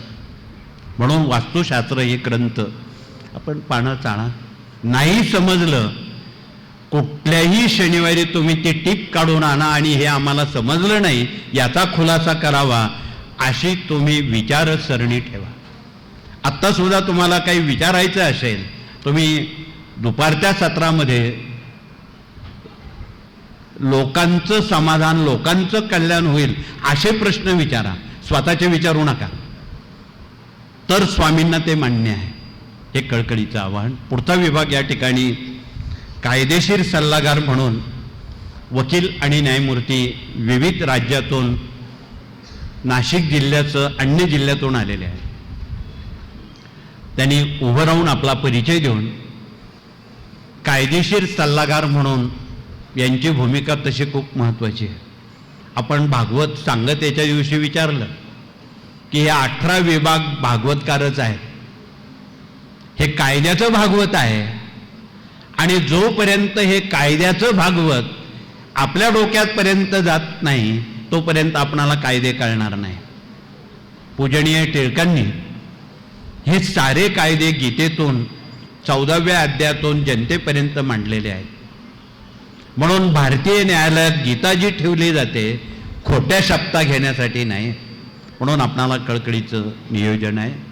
तर या विभागाकडून आपण ही माहिती दिवसभरासाठी, ज्यांना केंद्राचं काम काही अडचणी आहेत, त्यांनी दुपारच्या सत्रामध्ये आमच्या प्रतिनिधींशी संवाद साधा की आम्हाला कानूनची अडचण आहे, शेजारचे लोक जागा देत नाही, ग्रामपंचायत नगरपालिका काही अडचणी आणते, या साऱ्या बाबींवर आपणाला मार्ग काढता येईल ही बाब त्यांची आहे. म्हणून आपण त्यांच्याशी संवाद साधावा. पुढचा विभाग या ठिकाणी प्रशासकीय कामकाज आणि प्रशिक्षण प्रतिनिधींसवेत अन्य प्रतिनिधी आलेले आहेत. त्यांनी आपला परिचय द्यावा आणि सोबत अजून जे उर्वरित प्रतिनिधी आहेत त्यात दुर्ग अभियान प्रतिनिधी आहेत, देश विदेश अभियान प्रतिनिधी आहेत, जे देश विदेशामध्ये वेगवेगळ्या ठिकाणी ग्राम अभियान आपण घेऊन जात आहोत. त्यांनी पुढे येऊन तुम्ही आगामी काळामध्ये, पुढील काळामध्ये गुरुपौर्णिमेपर्यंत स्वामी कार्य 7 समुद्रापलीकडे पोचवण्यासाठी काय काय करणार आहात हे पण आपण जनतेपर्यंत अत्यंत सहानुभूतीपूर्वक आपण ते मांडावं. त्यांनी वेगळं अभियान आणलेलं आहे. हे वैष्णव देवीचं अजून आपल्या विचारात नाही, आपण त्याला अजून वेळ आहे, पण तो मेळाव्याचं स्वरूप आहे. पण चलो तामिळनाडू, चलो हैदराबाद, चलो दुबई, चलो नेपाळ, याला देश विदेश अभियान म्हणतात. आणि या अभियानामध्ये आपणाला हे स्वामी कार्य त्या त्या प्रांतामध्ये, त्या त्या भाषेमध्ये स्वामी महाराज लोकांना सांगावे लागतील. त्याही प्रांतात खूप दुःखी लोक आहेत. तुम्हाला वाटतं महाराष्ट्रातच दुःखी आहेत का? तुमच्यासारखे सुखी महाराष्ट्रातच तुम्ही आहात. अन्य प्रांतात खूप दुःखी लोक आहेत. तुम्ही कालची एक बातमी बघितली, एका देशामध्ये 1 लाख लोक भूकंपात 40 सेकंदात गडप झाले. 40 सेकंदामध्ये काही लाखो लोक गाडले गेले. अमेरिकेच्या एका प्रांतामध्ये किती दुर्घटना वाईट घडलेली. आम्ही गेले 40 वर्ष आपणाला सांगून राहिलोय की तुम्ही भूकंप यंत्र तुमच्या गावात बसवा, तो वादळी ध्वज लावा. हे याज्ञिकींनी दाखवावं. इथे याज्ञिकींचाही समावेश आहे. जर भूकंप यंत्र त्या देशात तुम्ही लावलं असतं, एवढे जीव वाचले असते. म्हणून देश विदेश अभियानामध्ये या 5 खंडांमध्ये हे जनतेला कोण सांगेन? हे आपल्यालाच सांगावं लागणार आहे, त्यांच्या मातृभाषेत सांगावं लागणार आहे. म्हणून जगात ज्या रोज घटना घडत आहेत त्यावर अंमलबजावणी आणि उपाययोजना देश विदेश अभियानातून करण्याला आपणाला नामी संधी आहे. म्हणून आपण सहानुभूतीपूर्वक या सर्व बाबी अभ्यासून त्यांच्या भाषेत हे सगळं मांडा. त्यांचा तो भाषिक आपण एखादा मिळवा आणि त्या भाषेमध्ये आपणाला ही उपाय असणारी बाब त्यांच्यापर्यंत पोहोच. म्हणून जन उपयोगी, देश उपयोगी, संस्कृतीला उपयोगी असणारे विभाग त्याला सेवेकऱ्यांचं ग्राम अभियान म्हणतात. स्वतःसाठी नाही, लोकांसाठी. म्हणून आपणाला कळकळीचं निवेदन आहे की हे 18 विभाग जनकल्याणासाठी आहे, राष्ट्र विकासासाठी आहे, संस्कृतीचा विकास करण्यासाठी आहे. त्याचा आपण आदर राखावा, सहानुभूती ठेवावी आणि आपण प्रत्येकाशी एकजूट राहील आणि एकमेकाला सन्मानानं आपण हे सांगावं, त्याला बरोबर घ्यावं. मागच्या वर्षी जो केंद्र प्रमुख असेल किंवा या वर्षी नवा असेल त्यात द्वय असण्याचं कारण नाही. आपण सर्वांना संधी देतो, पण त्यानं असं समजू नये की माझ्याशिवाय ते केंद्राचं काम चालणार नाही. आपण सर्वांना संधी द्यावी आणि सर्वांना संधी देऊन एकजुटीनं आपण हे काम जनतेपर्यंत करावं. इथे जे कर्मचारी आहेत यांनी सुद्धा आलेल्या लोकांशी नम्रपणे वागावं, संयमानं वागावं, हे कळकळीचं सांगणं आहे. इथे आमचे काही कर्मचारी उद्धटपणानं लोकांशी वागतात, त्यांना योग्य तो धडा आम्ही शिकवणार आहोत, हे सुद्धा त्यांची गय नाही. म्हणून हे कळकळीचं निवेदन आहे. हे सर्वांसाठी समसकाला पाहू, हे व्यासपीठ सर्वांसाठी आहे, मर्यादित नाही, हे पण कळकळीचं सांगणं आहे. म्हणून त्यासाठी हा सर्व खटाटोप या कार्यातून राष्ट्र कल्याणाचा, समाज कल्याणाचा, मानव कल्याणाचा हा मार्ग आहे. याला आपण पुढे नेणं अपरिहार्य आहे. हे आपणाला पुढे न्यावंच लागणार आहे, सबब न सांगता. म्हणून हे सारे विभाग आपली ओळख परिचय करून देत आहेत, हे आपण कृपया समजून घ्यावी. त्यानंतर शेवटचा विभाग मराठी अस्मिता आणि भारतीय संस्कृती आमच्या माता भगिनींनी जिवंत नव्हे समृद्ध केलेला विभाग आहे. ज्या भगिनी या विभागात काम करतात त्यांनी उभं राहून आपला परिचय द्यावा. आज काही नव्या भगिनी आलेल्या आहेत आणि त्यांच्या मनात 2 समस्या आहेत, त्या घेऊन त्या आलेल्या आहेत. एक, कुटुंबातली व्यसनाधीनता हा एक फार यक्ष यक्षप्रश्न प्रत्येक घराच्या उंबरठ्यावर आलेला आहे. आज शाळा कॉलेजमध्ये जाणारी मुलं काय काय ड्रग घेतात, काय काय व्यसनं करतात हे तुम्हाला माहीत आहे. पालक लोक हातबल झालेले आहेत, गुरुजन लोक हातबल झालेले आहेत. पण आमच्या व्यवहारे सरांकडे परवा निफाड तालुक्यात काही बागायतदार लोक आले. इथे आमचे व्यवहारे सर आलेले आहेत आणि त्या आमच्या साऱ्या बागायतदार शेतकऱ्यांनी त्यांना सांगितलं की आमची मुलांना तुम्ही रोज 1 तास किंवा आठवड्यातला काही वेळ अनुष्ठानात बसवा म्हणे आणि त्यांच्या गळ्यात यज्ञोपवीत घालून त्यांना ब्राह्मण बनवा, म्हणजे त्या भीतीपोटी ते व्यसन करणार नाहीत म्हणे. हा मुद्दा आम्हाला आवडला, हा मुद्दा आवडलेला आहे आणि या मुद्द्यावर आपणाला केंद्र न्याय, तालुका न्याय, जिल्हा न्याय, सेवेकऱ्यांच्या मुलांना फावल्या वेळेत, सुट्टीच्या वेळेत आम्ही अनुष्ठानात बसवणार आहोत, त्यांना आम्ही यज्ञोपवीत घालणार आहोत. मातृदेवो भव, पितृदेवो भव, राष्ट्रदेवो भव ही संकल्पना यातून आपण राबवणार आहोत. यात काय वावगंय तुम्हीच सांगा. याला काय आंधळी श्रद्धा म्हणता येईल का हे तुम्हीच सांगा. म्हणून आपणाला कळकळीचं निवेदन आहे की ह्या साऱ्या संकल्पना आपणाला प्रात्यक्षिकरित्या अनुष्ठानाच्या घराघरात मनामनात पोचवायच्या त्या भीतीपोटी लोक ते कृत्य करणार नाही. जसं तुम्ही औदुंबर तोडत नाही का, तो देवाचा वृक्ष आहे. तुम्ही उद्या पौर्णिमेला भगिनी वडाला परिक्रमा करणार आहेत, का करणार आहेत, त्याचं कारण काय आहे, त्याची कारण जेव्हाचा मराठी अस्मितेत दिलेली आहे. आपलं सौभाग्य आरोग्य हे व्रत अबाधित राहण्यासाठी त्या वृक्षाचा जीवनादर्श समजून घेणं. कारण किती दुष्काळ पडला तो वृक्ष कधी वाळत नाही. जेवढा उन्हाळा कडक तेवढा तो वृक्ष टवटवीत. म्हणून किती दुःख संकट आले तो वृक्ष कधीही कोमजत नाही किंवा वाळत नाही. म्हणून आपण त्या वृक्षाप्रमाणे सतत आनंदित राहण्याचं व्रत, त्याला वटसावित्री व्रत म्हणतात. म्हणून आपण ते अवश्य करावं. पुण्यश्लोक अहिल्यादेवी होळकर यांनी 300 वर्षापूर्वी काश्मीर ते कन्याकुमारी भारतभर 2 रस्त्यांच्या तर्फांना माझ्या देश बांधवांचा प्रवास सुखाचा व्हावा म्हणून विहिरी, बारवा, सावली या झाडांची मिळून दिली. स्वतःची सारी प्रॉपर्टी, संपत्ती देशाला बहाल केली. त्यांच्याकडे त्यावेळी 2 ट्रक सोनं होतं.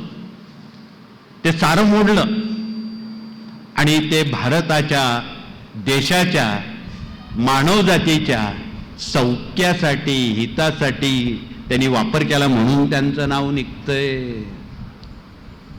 हल्ली असे कोणी टाटा बिर्ला करतील का? म्हणून ही नावं निघायला काहीतरी पेरावं लागतं तेव्हा ते उगतं. आधी आपल्याला जमिनीत गाडून घ्यावं लागतं, नंतर कंच येतात. हे वास्तव लपवता येत नाही. म्हणून पुण्यश्लोक अहिल्यादेवींची आठवण म्हणून आपण निदान येणाऱ्या पौर्णिमेला एक वडाचं झाड जर लावलं. हे सारे रस्ते सारा वाळवंटासारखे सरकारनं करून टाकले. वायडिंगच्या नावाखाली सारे अहिल्यादेवींची प्रॉपर्टी तोडून टाकलेली आहे. हरकत नाही, रस्ते मोठे होतात, तो आनंद आहे. परंतु त्या वडाच्या झाडाचे स्टंप बॉर्डरला जर लावले, एका वर्षात रस्ते हिरवेगार होतात. हे सरकारला का कळत नाही, कोणी लक्षात का आणू देत नाही, किंवा कॉन्ट्रॅक्टर लोक नुसतेच बिलं का घेतात? आपण देशाचे काही देणेदार आहोत याचं भान ते विसरलेले आहेत. म्हणून या साऱ्या बाबी आपणाला सहानुभूतीपूर्वक ही मराठी आणि देशाची अस्मिता जागृत ठेवायची असेल, अथत इथे बरंच काही सांगण्यासारखं आहे. किती सांगणार? परंतु अशा पुण्यश्लोक व्यक्तींच्या जीवनादर्श आपण जर आचरणात राबवला तर हा देश टिकेल, तर ही संस्कृती टिकेल. नाहीतर इतर संस्कृती गिळायला टपलेलेच आहेत. या देशाचा विनाशाकडे शत्रू राष्ट्र सगळे हातारे घेऊन तयार आहेत, हे आपणाला माहीत आहे. म्हणून आपण ही खबरदारी घेऊन आगामी 3 महिन्यामध्ये काही प्रतिकूल परिस्थिती काय काय घडणार आहेत ते लिहून आणलेले, परंतु तेवढं वाचायला वेळ लागेल. आपले मनाजीराव आपल्याजवळ किती वेळ राहतात ते मला माहीत नाही, परंतु वेळ बराच झालेला आहे. पोटात कावळे ओरडत आहेत. त्यामुळं दुपारच्या सत्रामध्ये मी व्यवहारे सरांना वाचायला सांगतो. त्यांनी 2च पानं आहेत. आगामी 3 महिन्यामध्ये पर्जन्य आहे, भूकंप आहे, वादळ आहे, जगात, देशात सर्वत्र आहे. त्यावर काय उपाय करायचा हे उपाय त्यात दिलेले आहेत. म्हणून आपण सहानुभूतीपूर्वक देशाचं सौभाग्य, देशाचं स्वास्थ्य, संस्कृतीचं स्वास्थ्य अबाधित राहण्यासाठी हे सारे प्रकार आपणाला करायचे. म्हणून आपण केंद्र हा मुद्दा थोडा वेळ बाजूला ठेवू. केंद्र हा मर्यादित भाग आहे, परंतु आपल्या सर्व सेवेकऱ्यांनी केंद्राबाहेर जाऊन थोडं काम बघावं. आणि 2 पायाची केंद्र जर तयार केली, हा विषयच एका मिनिटात मिटून जातो. ती विटा मातीची केंद्र तुम्ही बांधत बसू नका. आमचे महाले साहेब काय करतात, ते विटा मातीचे केंद्रांकडे त्यांचं जास्त लक्ष. इथं माझं केंद्र झालं पाहिजे, तिथं झालं पाहिजे, तिथे गवंडी लावले पाहिजे, तिथे सुतार लावले पाहिजे, तिथे कॉन्ट्रॅक्टर लावले पाहिजे. अवहित केंद्र नाही बांधले तरी चालते, पण तुम्ही असे लढवय्ये व्हा, ज्यावेळी संस्कृतीवर काही घाणा येतो त्यावेळी तुम्ही त्याची ढाल बनून ते कार्य यशस्वीरित्या पार पाडा, हे कळकळीचं आव्हान. म्हणून कळकळीचं सांगणं आहे. या सर्व बाबी किती सांगितल्या तेवढ्या थोड्या आहेत. वेळेला विराम करण्यापूर्वी इथे नियोजक आपणाला पुढील वाटचाली संदर्भात मार्गदर्शन करतील. आपणाला नियोजित काही पुढचा जो उपक्रम आहे तो आपणाला सांगतील. आपणाला नियोजनाचा एक भाग म्हणून पिठापूर अन्नदान सेवा चालू केलेली आहे आणि यामध्ये आज मुंबई आणि उपनगरातून सेवेकरी आलेले आहेत. सर्वप्रथम महाराष्ट्राच्या राजधानीतून आलेल्या सेवेकऱ्यांनी आपला परिचय द्यायचा आहे. मुंबई आणि उपनगर. धन्यवाद.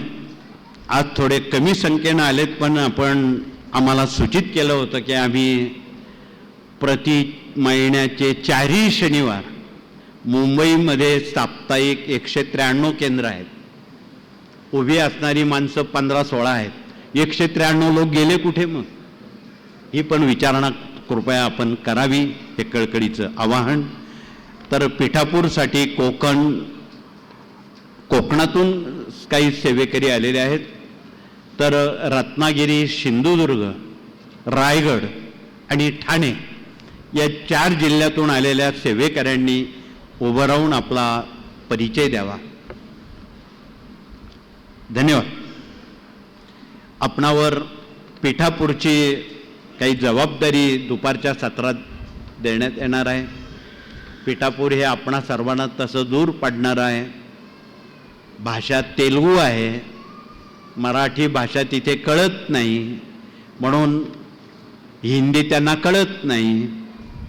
दुभाषिकाचा वापर करून आपणाला तिथल्या गरजा, तिथल्या ज्या काही बाबी आहेत त्या आपण समजून घेणं क्रमप्राप्त आहेत. तर विदर्भातल्या 11 जिल्ह्यातून जे सेवेकरी आलेत त्यामध्ये गडचिरोली आहे, त्यामध्ये चंद्रपूर आहे, नागपूर आहे, भंडारा आहे, गोंदिया आहे, अकोला आहे, बुलढाणा आहे, वाशिम आहे. या सर्व जिल्ह्यांनी आपला परिचय करून द्यावा. 11 जिल्ह्यातल्या सेवेकऱ्यांनी. ते आज कमी संख्येनं आलेले आहेत, पण मनापासून आपणाला धन्यवाद आहेत की आपण पिठापूरच्या आणि आपण जी उर्वरित जी पीठं देशाच्या हितासाठी, मानव हितासाठी, मग त्यात गाणगापूर आहे, त्यात नरसोबाची वाडी ही दत्त महाराजांची राजधानी आहे, तिथे पेटले महाराजांचा दीक्षा सोहळा तिथे स्वतः श्रीपाद राजांनी त्यावेळी केलेला होता. याचा अर्थ कसा लावायचा तुम्ही बघा. तुमच्या नागपूरच्या दीक्षाभूमीतून जगातले लोक जातात आणि इथे परब्रह्माची दीक्षा घेणाऱ्या पुण्यभूमीत आपण एवढी काटकसर करतो, हे आपण ठरवा. म्हणून विदर्भातून मोठ्या प्रमाणात आपण लक्ष घालावं. मराठवाड्यात 9 जिल्हे आहेत, त्यापैकी जे जिल्हे आलेत त्यात सोलापूर आहे, त्यांनी उभं राहून परिचय द्यावा. धाराशिव आहे, उभं राहून परिचय द्यावा. त्यामध्ये लातूर आहे, उभं राहून परिचय द्यावा. अन्नपूर्णेची जबाबदारी नांदेड जिल्ह्याची दिलेली आहे, त्यांनी परिचय द्यावा. जालना जिल्हा आहे, त्यांनी परिचय द्यावा. संभाजीनगर आहे, त्यांनी परिचय द्यावा. बीड आहे, त्यांनी परिचय द्यावा. बीड जिल्ह्यात हल्ली फार गुन्हेगारी वाढलेली आहे. आम्ही जसं दौरे कमी झाले तशी तशी गुन्हेगारी खूप वाढलेली आहे आणि त्या जिल्ह्यातली गुन्हेगारी कायमची नष्ट करायची असेल तर तुम्हाला आम्ही उपक्रम देतो, तेवढे कृपया करा. हे कळकळीचं आवाहन आहे. म्हणून आपण विदर्भ, मराठवाडा, कोकण, मुंबई, आता राहिला पश्चिम आणि उत्तर महाराष्ट्र. पश्चिम महाराष्ट्रातून जे जे सेवेकरी आलेत त्यांनी कोल्हापूर, सांगली, सातारा आणि पुणे या 4 जिल्ह्यांनी आपला परिचय द्यायचा आहे. धन्यवाद. आता राहिला उत्तर महाराष्ट्र. नंदनगरी तथा नंदुरबार जिल्ह्यातून आलेल्या सेवेकऱ्यांनी आपला परिचय द्यायचा आहे. जिल्हा नंदुरबार. नंदुरबार जिल्ह्यामध्ये 6 तालुके आहेत. आज कोणी आलेलं दिसत नाही. महाराष्ट्रामध्ये शेतकऱ्यांच्या अनेक आत्महत्या झाल्या. नंदुरबार जिल्ह्यामध्ये एकही आमच्या शेतकऱ्यानं आत्महत्या केली नाही, याला सेवेकरी अपवाद असू शकतो, तपशील न बोलता. धुळे जिल्ह्यातून आलेल्या सेवेकऱ्यांनी आपला परिचय द्यावा. जिल्हा धुळे. जळगाव जिल्ह्यातून आलेल्या सेवेकऱ्यांनी आपला परिचय द्यावा. जिल्हा जळगाव. अहिल्यानगर जिल्ह्यातून आलेल्या सेवेकऱ्यांनी आपला परिचय द्यावा. जिल्हा अहिल्यानगर. यजमान जिल्ह्यानं परिचय द्यावा. जिल्हा नाशिक. त्यांनी आपला परिचय द्यावा. त्यांच्याकडे वेगवेगळी जबाबदाऱ्या दिलेल्या आहेत. त्यात गाणगापूरचा समावेश आहे, त्यामध्ये मराठवाड्याचा समावेश आहे, नरशिववाडीचा समावेश आहे आणि पश्चिम महाराष्ट्रावर गुरुपीठाची जबाबदारी दिलेली आहे. अशा काही महत्त्वाच्या जबाबदाऱ्या आगामी काळात दिलेल्या आहेत. त्या आपण प्रामाणिक, पारदर्शक आणि कर्तृत्वानं पार पाडाव्यात, एवढंच कळकळीचं सांगणं आहे. म्हणून आपण आगामी काळामध्ये काम करणाऱ्या लोकांना संधी द्यावी, त्यांना पुढे करावं. वयोमानाचा विचार करून वयस्कर माणसांनी केंद्राची राखणी करावी. आलेल्या भाविकांना एक उपक्रम द्यावा. एक नोटबुकावर ज्यांना जेवढा वेळ आहे तेवढा वेळ चांगल्या कामासाठी खर्ची घालावा, गप्पा मारण्याऐवजी. त्यांना जर रोज तुम्ही 11 माळा श्री स्वामी समर्थ जप लिहायला लावला, त्यांची सारी कामं घरी जाईपर्यंत होते. म्हणून तुम्ही त्यांना जप लिहायला लावा. ज्यांना शक्य आहे त्यांना, सक्ती नाही. पण ही जर सेवा तुम्ही जपाची केली, तुम्हाला खूप मोठमोठे विधी करण्याची गरज स्वामी पडू देणार नाही. म्हणून तुम्ही जप करा. तुम्ही प्रश्न विचारणार आहात, जप केलेल्या त्या नोटबुकांचं करायचं काय? दक्षिण भारतामध्ये अशी पद्धत आहे की देवाच्या मूर्तीजवळ किंवा मूर्तीच्या खाली केलेला जप लिहून ठेवण्याची पद्धत आहे. ती वाडीला आहे, गाणगापूरला आहे, पिठापूरला आहे, कुरवपूरला आहे, मीनाक्षी मदुराईला आहे, रामेश्वरला आहे. परंतु त्यानं होतं काय, दीर्घकाल ती संस्कृती त्या कुटुंबाची आबादित राहते. म्हणून तुम्ही दक्षिण भारताचा अभ्यास करा, तिथे एकही मंदिराची वीट ढासळलेली नाही. त्या आबाद आहे. महाराष्ट्र आणि उत्तर भारतावर बोलण्याचं काही कारण नाही. म्हणून त्या दृष्टीने आपण या साऱ्या बाबींचा सहानुभूतीपूर्वक फावल्या वेळासाठी विचार करावा. वेळेचा अपव्यय करू नये, एवढंच कळकळीचं सांगणं आहे की आपण उगाच गप्पा मारण्यापेक्षा थोडी कारकुनी स्वामींची केली, जप लिहिला, तो तुमच्या पथ्यावर, फायद्यावर, समस्येवर ही फार मोठी मात्रा आहे. म्हणून हिचा अवश्य आपण वापर करावा, एवढंच कळकळीचं सांगून अधिक माहिती आपण आगामी देशभरामध्ये गुरुपौर्णिमेचं प्रयोजन करणार आहोत. एकाच वेळी गुरुपूजन, मातृपूजन, पाद्यपूजन, सरस्वती संचपूजन हे देशभरात सर्वत्र आयोजित केलेलं आहे. हा व्यवहारे सरांचा विषय आहे. मगाशी त्यांनी जो मुद्दा आणलेला आहे की अनुष्ठान करायचं, अनुष्ठान कोणाचं करायचं? बुद्धीच्या देवतेंचं करायचं. म्हणून जेवढ्या बुद्धीच्या देवता आहे, गणपती, सरस्वती, गायत्री, यांचे स्तोत्र मंत्रांचं जर अनुष्ठान विद्यार्थ्यांकडून केलं, ते गुणवत्ता यादीत पास होतीलच, अभ्यास करण्याची इच्छा होईलच, केलेला अभ्यास स्मरणात राहण्याची सुद्धा त्यामध्ये ऊर्जा त्या प्रज्ञावर्धन स्तोत्रामध्ये आहे. म्हणून हे सारे आपण उपयोग सामाजिक स्वास्थ्यासाठी करणार आहोत. प्रत्येक केंद्रातून वृक्षरोपण अभियान आपण सक्रिय राबवावं. केंद्र म्हणण्यापेक्षा प्रत्येक व्यक्तीनं राबवावं. केंद्र म्हणजे पुन्हा त्या विटा माते आल्या आणि पुन्हा ते मागचं आलं, त्यापेक्षा आपण जेवढे सेवेकरी आहोत या प्रत्येकानं एक तरी झाड लावलं पाहिजे. देशामध्ये सेवेकऱ्यांची संख्या 10 कोटी आहे. तुम्ही जर ठरवलं देशामध्ये 10 कोटी झाडं लावायची, एकाच्या वाट्याला एकच आहे, तुम्ही नाही म्हणू शकत नाही. आणि या भावनेतून समुपदेशन करावं. प्रत्येकाला एक मूल एक झाड याचं नियोजन करावं. कारण आता उद्या जर गॅस मिळाला नाही, तुम्ही स्वयंपाक कशावर कराल? वाळलेली झाडं स्वयंपाकासाठी वापरावा लागतील. पुन्हा त्या चुली, पुन्हा तो स्वयंपाक आमच्या भगिनींच्या वाट्याला येईल. म्हणून उद्या जर अरब कंट्रीनं तुमचा गॅस बंद केला, तुम्ही काय करा? झाडं लावल्याशिवाय पर्याय नाही. म्हणून आपणाला अत्यंत गांभीर्यानं कळकळीची सूचना दिलेली आहे आणि पुढच्या 3 महिन्याचं भविष्य दुपारच्या सत्रात आपण समजून घेणार आहोत. असोच वेळेला विराम करून पुनश्च आपणा सर्वांना येणाऱ्या पौर्णिमेच्या, वटसावित्रीच्या भगिनींना शुभेच्छा देऊन हे सत्र या ठिकाणी थांबवतो.